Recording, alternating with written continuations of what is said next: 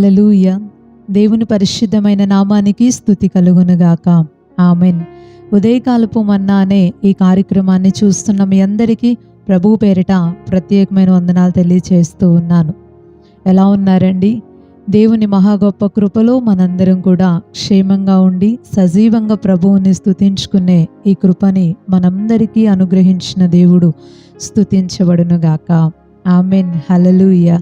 పరిశుద్ధ గ్రంథంలో నుంచి ఒక వాక్య భాగాన్ని మనం ధ్యానం చేసుకుందాం. ఇర్మియా గ్రంథం 9వ అధ్యాయం 23-24 వచనాల్ని మనం చదువుకుందాం. యెహోవా ఇలాగు సెలవిచ్చుచున్నాడు, జ్ఞాని తన జ్ఞానమును బట్టియు శూరుడు తన శౌర్యమును బట్టియు అతిశయింపకూడదు. ఐశ్వర్యవంతుడు తన ఐశ్వర్యమును బట్టి అతిశయింపకూడదు.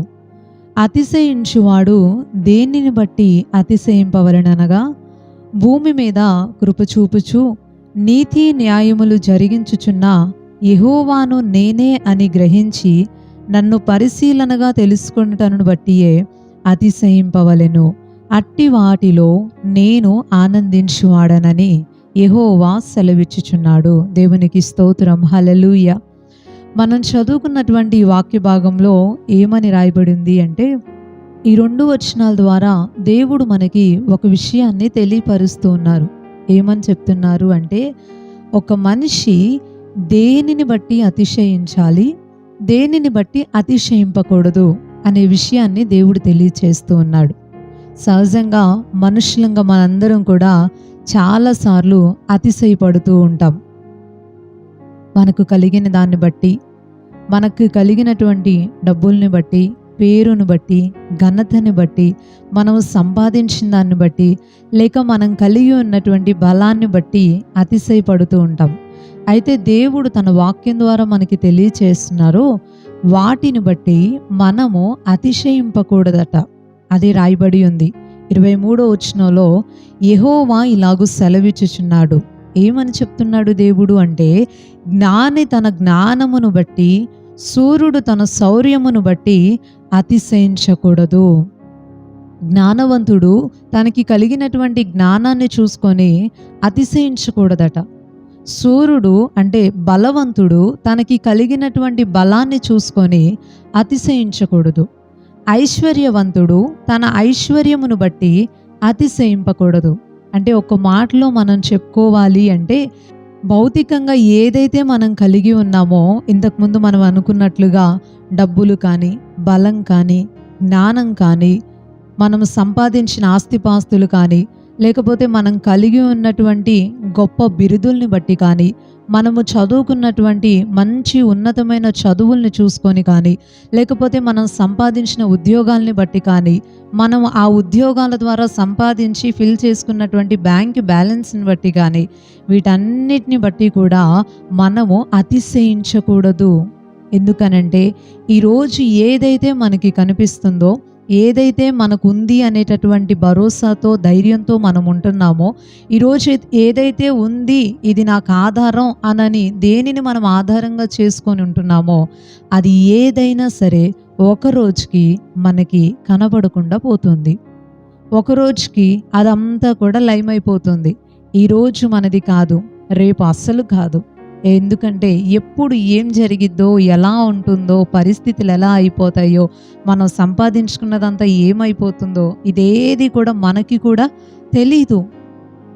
అందుకే భౌతికంగా ఈరోజు కనబడి రేపొద్దున లయమైపోయేటటువంటి వాటిని బట్టి మనం ఎప్పుడు కూడా అతిశయించకూడదు, గర్వించకూడదు. దానిని బట్టి మనము ఏం పర్వాలేదు అనేటటువంటి ధీమాతో మనం మన జీవితాన్ని ముందుకి తీసుకువెళ్ళకూడదు. ఎందుకంటే చాలామంది పేరుగాంచిన వ్యక్తులు, చాలామంది డబ్బుల్ని సంపాదించి ఉన్నతమైన స్థానంలోనికి వచ్చినటువంటి యమాయమ్మీలు కూడా మొత్తం పడిపోయి దీన స్థితిలోనికి వచ్చిన సందర్భాలు, సన్నివేశాలు మనకి చాలా తెలుసు. అందుకే పెద్దవాళ్ళల్లో ఎప్పుడు ఒక సామెత ఉంటుంది. ఏంటా సామెత అంటే, బళ్ళు ఓడలైతాయి, ఓడలు బళ్ళు అవుతాయి. ఈ సామెత మనందరికీ నానుడే, బాగా తెలిసిన మాటే. అంటే ఎంత పెద్దదైనా సరే అది చిన్నదైపోయే ఛాన్స్ ఉంది. ఎంత చిన్నదైనా సరే దేవుడు దీవిస్తే పెద్దదైపోయే ఛాన్స్ ఉంది. అందుకే ఈ రోజున్న పరిస్థితిని బట్టి మనం ఎప్పుడూ కూడా అతిశయించకూడదు. మనకి కలిగిన దాన్ని బట్టి, మనకి ఉన్నటువంటి టాలెంట్స్ని బట్టి, మనం సంపాదించిన వాటిని బట్టి అతిశయించకూడదు అని బైబిల్ గ్రంథం మనకి చాలా స్పష్టంగా తెలియచేస్తూ ఉంది. మరి దేనిని బట్టి మనం అతిశయించాలి? సరే, కలిగి ఉన్నది ఏది అతిశయించకూడదు. మరి దేనిని బట్టి మనం అతిశయపడాలి అంటే దేవుడు ఆ మాట కూడా చెప్పాడు 24వ వచనంలో, అతిశయించువాడు దేనిని బట్టి అతిశయింపవలెననగా భూమి మీద కృప చూపుచు నీతి న్యాయములు జరిగించుచున్న యెహోవాను నేనే అని గ్రహించి నన్ను పరిశీలనగా తెలుసుకొనుటను బట్టియే అతిశయింపవలెను. దేవునికి స్తోత్రం, హల్లెలూయా. భూమి మీద నీతి న్యాయాల్ని జరిగిస్తూ, భూమి మీద కృప చూపుచు నీతి న్యాయములు జరిగించుచున్న యెహోవాను నేనే అని గ్రహించి నన్ను పరిశీలనగా తెలుసుకొని నన్ను బట్టి అతిశయపడాలి అని దేవుడు చెప్తూ ఉన్నాడు. దేవునికి స్తోత్రం, హల్లెలూయా. ఒక మాటలో చెప్పాలి అంటే దేవుడు ఎలాంటి వాడో తెలుసుకొని ఆ దేవునిని కలిగి ఉన్నందుకు, ఆ దేవుడు మనకు అందుబాటులోనికి వచ్చినందుకు, ఆ దేవుడు మనతో సహవాసం చేస్తున్నందుకు, ఆ దేవుడు ఉన్నతమైనటువంటి తన స్థానాన్ని విడిచి మన కోసం ఈ భూమి మీదకి వచ్చి ఏ ఏ కార్యాలని చేస్తున్నాడో, ఎలాగ సమస్తాన్ని నడిపిస్తూ ఉన్నాడో వాటన్నిటినీ తెలుసుకొని ఆ దేవునిని బట్టి మనం అతిశయించాలట. దేవునికి స్తోత్రం, హల్లెలూయా. మంచి విషయం కదండి. దేవునిని బట్టి మనం అతిశయించాలి. ఎందుకని అంటే దేవుడు శాశ్వతమైన వాడు. ఎల్లవేళలా మనతో ఉంటాడు. ఎల్లవేళలా ఆయన కార్యాలని చేస్తాడు. ఈరోజు చేసి రేపొద్దున కనుమరుగైపోయేవాడు కాదు. ఈరోజు మనతో ఉండి రేపొద్దున విడిచిపెట్టి వెళ్ళిపోయే ఒక మనిషి లాంటి వాడు కాదు దేవుడు. ఆయన మనతో ఎల్లప్పుడూ ఉంటాడు, ఎల్లప్పుడూ సహవాసం చేస్తాడు. నీతిగా న్యాయంగా మనపైన కృప చూపిస్తూ సమస్తాన్ని నీతిగా న్యాయంగా జరిగించుకుంటూ దేవుడు మన జీవితాల్ని ముందుకి తీసుకొని వెళ్తాడు. ఆయనను బట్టి మనము అతిశయపడాలి. దేవునికి స్తోత్రం, హల్లెలూయా. ఎందుకు మనుషులంగా మనం దేవుణ్ణి బట్టి అతిశయించాలి అంటే ఆయన కృప, ఆయన కనికరం, ఆయన ప్రేమ మన పైన చూపిస్తున్నందుకు అతిశయపడాలి. ఏమీ లేని మనల్ని, దేని స్థితిలో ఉన్న మనల్ని దీవించి ఇంత ఉన్నతమైన స్థాయిలోనికి తెచ్చినందుకు అతిశయపడాలి. ఏ జ్ఞానం లేకపోయినా, ఏ బలం లేకపోయినా, ఏ ఐశ్వర్యం లేకపోయినా సరే ఉన్నతమైన స్థాయిలోనికి తీసుకువచ్చి ఉన్నతమైన తలాంతుల్ని దేవుడు అనుగ్రహించి ఉన్నతమైన స్థితిలో నిలబెట్టి ఈరోజు మనం ఏదైతే ఉంది, డబ్బు, పేరు, ఘనతలు, గుర్తింపులు ఏవైతే ఉన్నాయని అనుకుంటున్నామో వాటన్నిటినీ మనకి అనుగ్రహించినటువంటి దేవునిని బట్టి మనము అతిశయపడాలి. ఈరోజు చాలామంది చేసే పెద్ద పొరపాటు ఏంటి అంటే దీన స్థితిలో ఉన్నప్పుడు, ఏమీ లేనప్పుడు, దేవునితో అవసరం ఏర్పడినప్పుడు, ఒక శ్రమలో సమస్యలో ఉన్నప్పుడు దేవా అంటూ వచ్చి ప్రభు పాదాలు పట్టుకొని ప్రార్థన చేసి ప్రభు సహాయాన్ని పొందుకుంటారు. ఎప్పుడైతే దేవుడు కనికరించి కార్యం చేస్తాడో, ఎప్పుడైతే దేవుడు సహాయం చేస్తాడో ఆ సహాయాన్ని పొందుకున్న తర్వాత, దేవుడు దీవించేసిన తర్వాత, మంచిగా ఆయన ప్రేమను మనపైన చూపించి ఆయన కృపను అనుగ్రహించి ఉన్నతమైన స్థితిలోనికి తీసుకువెళ్ళిన తర్వాత ఇక దేవునిని బట్టి, కార్యాలు చేసినటువంటి ఆయనను బట్టి, మనతో ఉండి నడిపించినటువంటి ఆయనను బట్టి అతిశయించడానికి బదులుగా ఏదైతే దేవుడు మనకిచ్చాడో, ఎలా అయితే దేవుడు మనల్ని ఆశీర్వదించాడో దానిని బట్టి అతిశయిస్తూ ఉంటారు. దానిని బట్టి ప్రభు విషయంలో పక్కకి వెళ్ళిపోతూ ఉంటారు. మన కళ్ళ ముందు ఇలాంటి వాళ్ళు చాలామంది కనిపిస్తూ ఉంటారు కదండి. చాలామంది కనపడతారు. ఈ రోజుల్లో నమ్మకంగా ప్రభువుతో ఉండి కృతజ్ఞతగా ఆయన సన్నిధిలో నడుచుకునే వ్యక్తులు చాలా అరుదుగా మనకు కనబడుతూ ఉంటారు.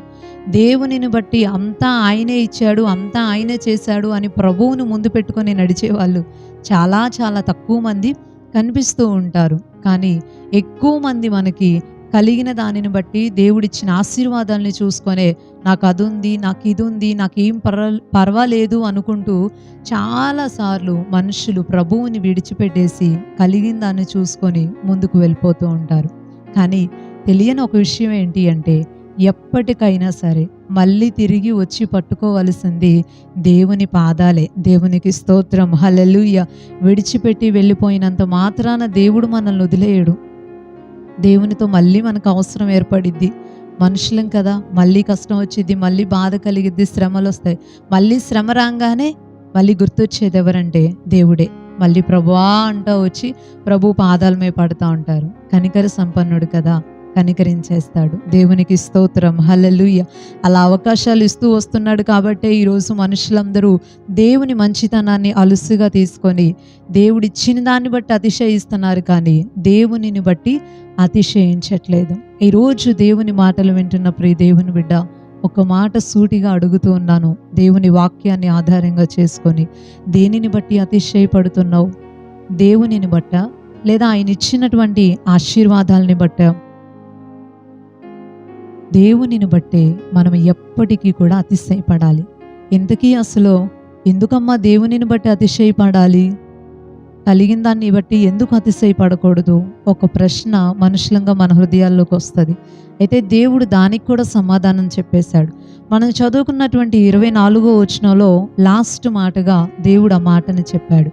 నన్ను బట్టి అతిశయించాలి అని చెప్తూ, అట్టి వాటిలో నేను ఆనందించువాడనని యెహోవా సెలవిచ్చుచున్నాడు. దేవునికి స్తోత్రం, హల్లెలూయా. మనము ఇలా చేయటాన్ని బట్టి, అంటే కలిగిన దాన్ని బట్టి కాకుండా ఇచ్చినటువంటి ప్రభువుని బట్టి అతిశయపడుతూ ఉండటాన్ని బట్టి దేవుడు మనలను బట్టి ఆనందపడతాడట, సంతోషపడతాడంట. వాటిల్లో దేవుడు ఆనందిస్తాడంట. మనం ఇలా చేయటాన్ని బట్టి, మనం ఇలా నడుచుకోవటాన్ని బట్టి, ప్రభువునే మన జీవితంలో ముందు పెట్టుకోవటాన్ని బట్టి దేవుడు ఆనందిస్తాడు. ఆయన ఆనందిస్తే ఇక మన జీవితంలో మనకి కొరత కొదువ అంటూ ఏమైనా ఉంటుందా అండి?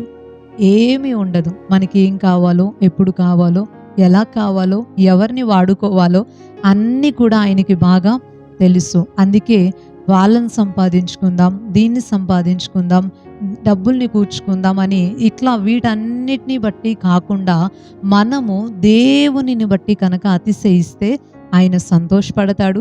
మనకు కావాల్సిందంతా కూడా దేవుడు సంపూర్ణంగా మనకి అనుగ్రహిస్తాడు. కొదువలేని సమృద్ధి అయినటువంటి జీవితాలు, మనము కోరుకోనంత ఉన్నతమైన స్థానాలు దేవుడు మనకి అనుగ్రహిస్తాడు.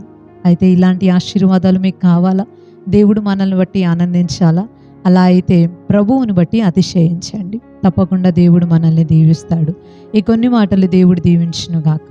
ఆమెన్. చిన్న ప్రార్థన చేసుకుందాం. పరిశుద్ధుడు అయిన తండ్రి, ప్రేమ కలిగిన ప్రభువా, ఈ మంచి ఉదయకాల సమయం నీ సన్నిధిలో నీ మాటల్ని ధ్యానించుకొని ప్రార్థించుకునే కృపనిచ్చినందుకు నీకు వందనాలు.